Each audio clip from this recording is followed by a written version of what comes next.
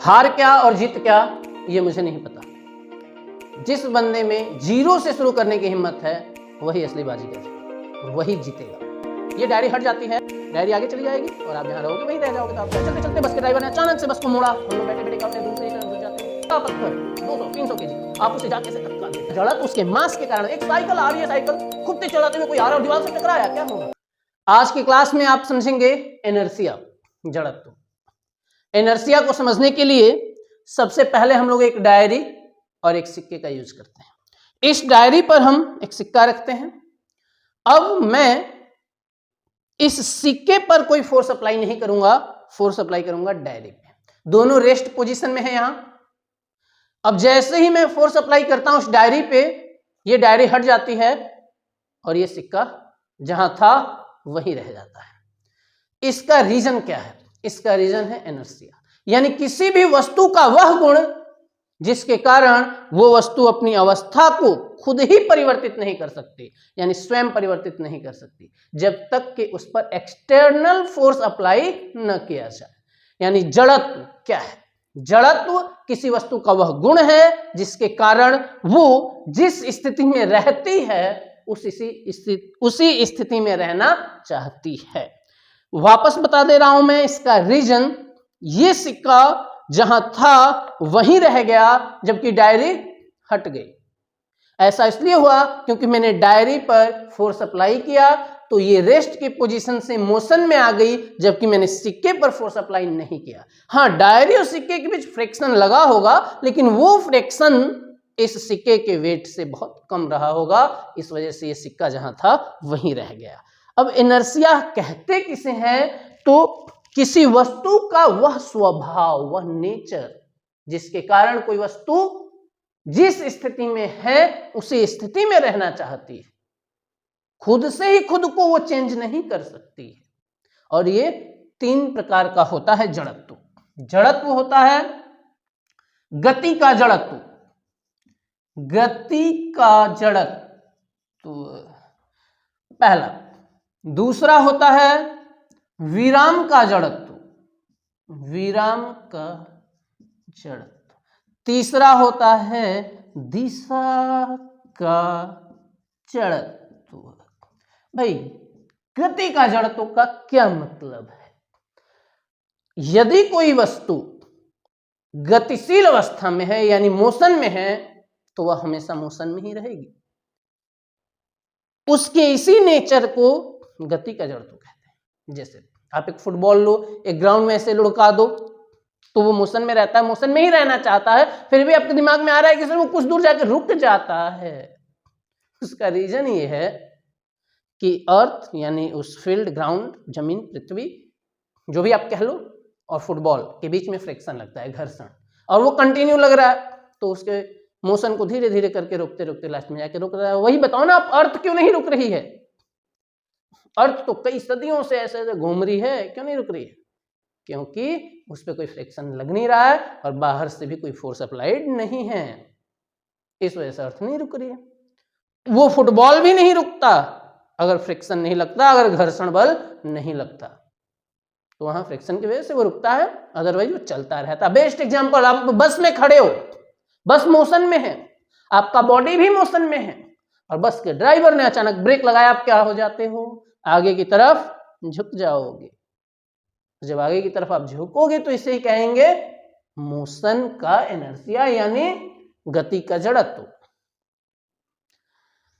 आप बस में हो, रेस्ट पोजीशन में हो, बैठे हुए हो या खड़े हो, बस रेस्ट में है, आप भी रेस्ट में हो, बस का ड्राइवर अचानक से बस को चला दे, आप पीछे की ओर झुक जाओगे। आप एक्चुअली पीछे नहीं झुकते हो, सिचुएशन ये होता है कि यहां पे बस है, ये डायरी बस है और ये आप खड़े हो, दोनों रेस्ट में है, तो ये पोजीशन है। अब बस अचानक से चल पड़े तो बस चल पड़ी और जहां आप थे वहीं रह गए। तो ऐसा नहीं कि आप पीछे झुक गए, आप नहीं झुके हो, बस ही आगे चली गई है। यहां पर डायरी आगे चली गई और आप पीछे झुक गए। देखिए, डायरी आगे चली जाएगी और आप जहां रहोगे वहीं रह जाओगे, तो आपको ऐसा लगेगा कि मैं पीछे झुक गया हूं। सेम वही चीजें हैं गति में भी, दोनों चल रहे हैं और बस ने अचानक ब्रेक लगाया तो आप चलते रह गए, तो आप आगे की तरफ गिर जाओगे।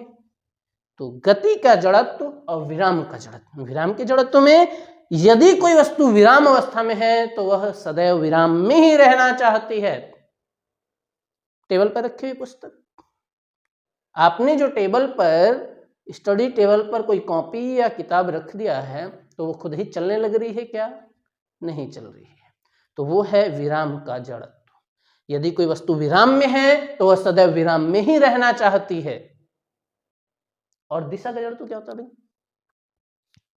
बस में आप बैठे हो, बस सीधे चल रही है, अब सीधा चलते चलते चलते बस के ड्राइवर ने अचानक से बस को मोड़ा। हम लोग बैठे बैठे क्या होते हैं, दूसरी तरफ झुक जाते हैं। बस लेफ्ट में मुड़ी, हम राइट में झुक गए।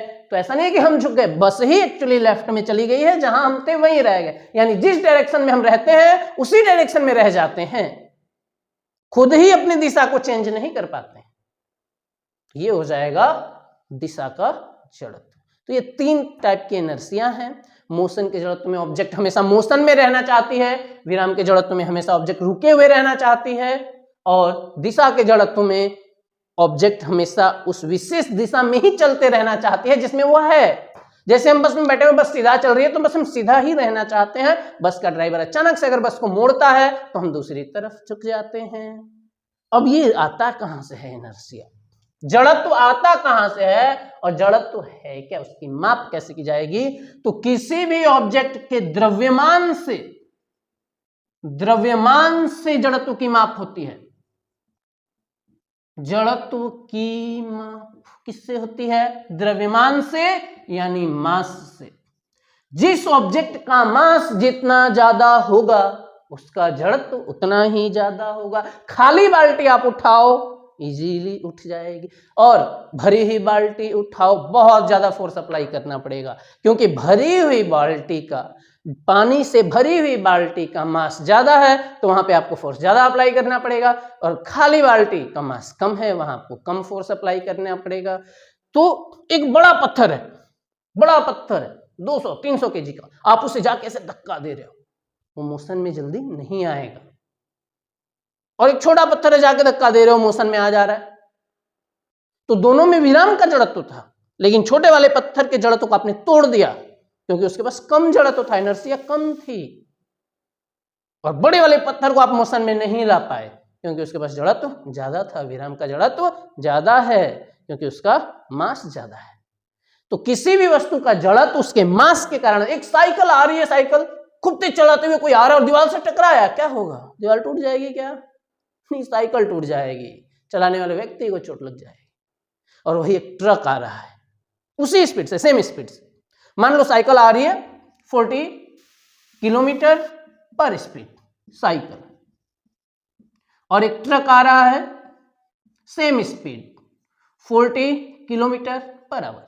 तो जब ये ट्रक टकराएगी दीवार से तो ये दीवार को तोड़ सकते हैं या वहां पे ज्यादा इफेक्ट डालेगा ट्रक। नॉर्मल दीवार हुई तो वो टूट जाएगी। क्यों? क्योंकि इस ट्रक का वेट ज्यादा है, मास ज्यादा है, कहिए वेट नहीं, मास ज्यादा है, द्रव्यमान ज्यादा है, इसके कारण इसका इनर्शिया भी ज्यादा है, गति का जड़त्व भी ज्यादा है इसके पास। और साइकिल का मास कम है तो गति का जड़त्व कम है। तो इस द्रव्यमान के कारण ही किसी भी ऑब्जेक्ट में उसका जड़त्व आता है। जड़त्व की माप उस वस्तु के द्रव्यमान से की जाती है, और ये जो जड़त्व है ये 3 प्रकार का है। ऐसे ही वीडियो और भी मैं आपके लिए बहुत जल्दी अच्छे ढंग से लाने वाला हूं। अगर आपने अभी तक इस चैनल को सब्सक्राइब नहीं किया है तो इसे सब्सक्राइब करिए और इस क्लास को दोस्तों के साथ शेयर करिए। जुड़े रहने के लिए बहुत बहुत धन्यवाद।